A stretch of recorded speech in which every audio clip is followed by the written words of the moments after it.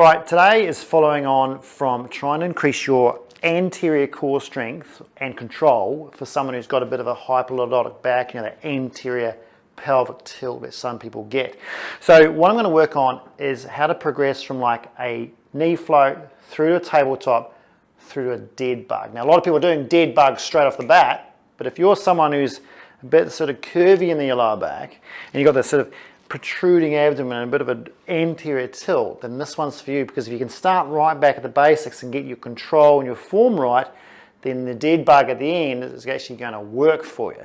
So what I suggest you do is work on your knee float first, and I'll go through that quickly and then we'll go through your tabletop and how to add on and progress forward, because if you add on low to the dead bug and you lose your form, it's pointless. So what I suggest you do is work on your knee float and your lower back position here. All right, so the knee float is simply that, right? And we're going to do tabletop, which is this one. All right, and then what you've got to think about is making sure that this whole spinal section here doesn't move. All right, so you don't want this movement when you raise your leg, because that's the movement you're doing when you're in anterior pelvic tilt. Okay, so we don't want this sort of position here because it protrudes out and it puts your abdominals in a sort of non-efficient position to create core control, okay, or core strength, you know, trying to get that stability there. So you want neutral spine and a flat tummy, not an arched spine and a rounded tummy. That's pointless. So first thing you've got to think about, always work on, can I keep neutral spine, and don't advance it unless I can.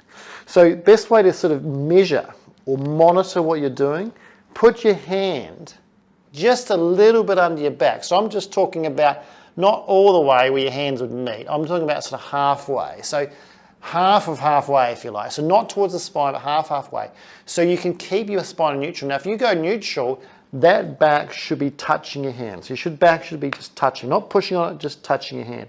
You're monitoring here, when I do my movements, okay, does my back stay on my hand or arch off my hand? All right, obviously I want you to stay on your hand, but I also don't want you to go and push it on your hand. Otherwise you're sort of compensating too much, you're trying too hard.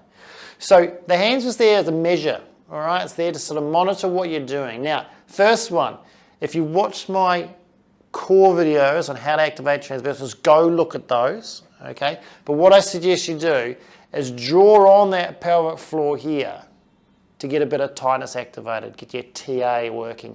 Then you brace down a bit, trying to keep your ribs sort of down towards your pubic bone and your ASIS, so the front of your pelvis. So you don't want your ribs flaring out like that. So you've got to try and draw those down so then you brace through here, just at a low level. So it's sort of flat, taut like a sort of tight trampoline, braced and pulled down through here. All right, but you should still be able to breathe. If you're going like this and you can't breathe, okay, it means that you're trying too hard, all right? So best thing to do, pelvic floor on, and then just draw down a bit. Now, once you've got that, that's got to stay on. This is the key about all these exercises right through to the dead bug, is that's got to stay on through here, okay? And you've got to breathe. So if you can't work that out, like I said, go see my breathing videos if you like. Hold that on, and then you're going to keep one leg on the ground, float one leg up, all right? You should be able to maintain that, all right? Keep your breathing normal. Pressure shouldn't change on your hand. Now, here's the trick. I have to raise my left leg to get into a dead bug position. So once I've got this position, I need to then go draw on a little bit more, no holding the breath, float the other leg off. Now, you notice this didn't change, okay? So this is what would happen if I did this wrong. If I did this wrong, I'd bring one leg up, and then the other leg would go and launch me that way. Okay, so that's, if you see that happening, if you see in the mirror that your back does that, you go into an anterior tilt or lordosis position, and the pressure comes off your hand, you know you've lost your control. All right, so up into here, make sure that's no loss of control of the spine. Now, even just holding it there is going to be hard. So what I suggest you do is work on trying to tap down and then come back up. So you're constantly holding this position here And this is actually going to give you a bit of hip flexor strength. Remember, people who are got anterior tilt or hyperlordotic back are going to have weak hip flexors. So working on this tabletop position is a really good idea to build up some isometric endurance in those hip flexors as well, just by holding my knees in this position. So keeping that on here, dropping one down, tapping the floor, bringing back up, learning how to just not move that spine. Keep the pressure the same on my hand the whole time as you go through maybe 10 taps on each leg, going through maybe 20 of those, and you'll feel the fatigue coming through your hip flexors. That's a good thing. Okay, that means you're actually working hard and trying to build up some strength, and it's a sign that you're weak in there. All right, so if you can build up some strength, great. If you get a bit tight, stretch it out. All right, so there's your tabletop taps. That's the sort of lower body component of the dead bug. Now, the version of the dead bug that we do with the band pull is maybe a little bit different from what you've seen, but it's one of the best ones to work on the control as well as the strength. A lot of people just work on strength and they try and really focus on the fatigue in their abdominals, but they're not working on the position or the control of their spine, which is what you need if you're one of those anterior tilt hyperlordotic people. So if you've nailed, second part, if you've nailed this tabletop, okay, you've nailed that. The next thing you've got to try and do is take this hand away and put it up in the ear, because you're going to be ready for a band pull in a moment. So the second stage would be from hand here, take this hand away, all right?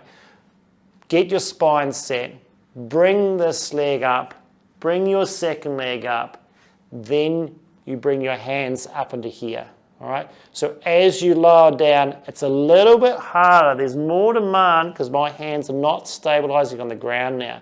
I can't put pressure through the ground to stabilize myself. I have to use my tummy, I have to use my core, and it's a little bit harder with the control. Now this is just prepping you up, ready for some load through your hands. Okay, so you're just trying to work on, can I keep stable through there, all right? So that wouldn't take you too long. Maybe a couple of sessions on that before you get ready for this. Now, this is a mini loop band, right? Mini power band. That's probably all you need to start with because that's enough tension. All you need to do is work out how far away from the fixed object you are to increase the load, okay? So what I suggest you do is come down a little bit, and this band will be wide with your hands as well. The load here is going to really challenge your strength and your ability to get endurance and keep the control in your lower back, all right? So before you pull on this, set your tabletop up first in your lower body, part of your body, then you add on the load here. So start again. Where's your neutral spine? You can put your hand on there to sort of check it first. Okay, I got it. Then you bring one leg up. Keep that switched on through here. Keep your breathing. Bring your other leg up. Hold it there. Then two hands in here. And how much load you pull on here is how much you can handle. So you keep the load on there, and then you work on down and up. So this is still pretty, not beginner, but intermediate sort of work. It does challenge you a bit more. You should still be able to breathe. You can see I'm still talking, so I can breathe. I can feel that's working a bit. Okay, it's challenging me in my anterior core, but I'm not pulling too hard on the band. If you overcook it, you're just going to lose your form, or your back's going to start hurting. And if you put too much strain through the front, guess what's going to happen? You're going to start straining the back, because the load will be too much through your lower back. If you put too much load here, it's going to be too much load here because you'll start pulling you out of position. As soon as you go out of position with load, it's going to load your lower back, and that's pointless. So make sure you don't get too greedy with the tension here and load this up too much, all right? Otherwise, you're going to start running into problems. And the other thing too is just start with tabletop taps. There's no point putting leg all the way out just yet. Just work on your tapping part and your load here. When you get good at this, what you can do is instead of just tapping it, you can extend the load of the leg. So you can hold that flat and then work out how far down, then you'll start getting a shake like that and bring it back, all right? So one leg out, one leg up and back. Then you're getting some serious lower abdominal work as well as the upper abdominal work. And you can see I can shake with that because it brings on the load through abdominals. Now it's okay to start fatigue and get some shake there as long, like I said, don't lose the form, don't feel the load in your back, and work on endurance, okay? So people say, how many sets and reps? Well, work on endurance until fatigue, and fatigue without losing control. That's how long you do it for, okay? Now, if you find that you just keep going and going and going, you need to maybe advance the band strength or go into that leg lowering. So there's your dead buck. I know that's a long one, but it's really important that you try and work on those progressions and tick the box on each of those ones rather than just launching straight into something that's fancy pants or it's really, really difficult to try and get the abdominal strength and the look here. You're after control, you're after postural endurance, okay, and you're after great positions, then you build the strength around it. See how that goes. See you next time.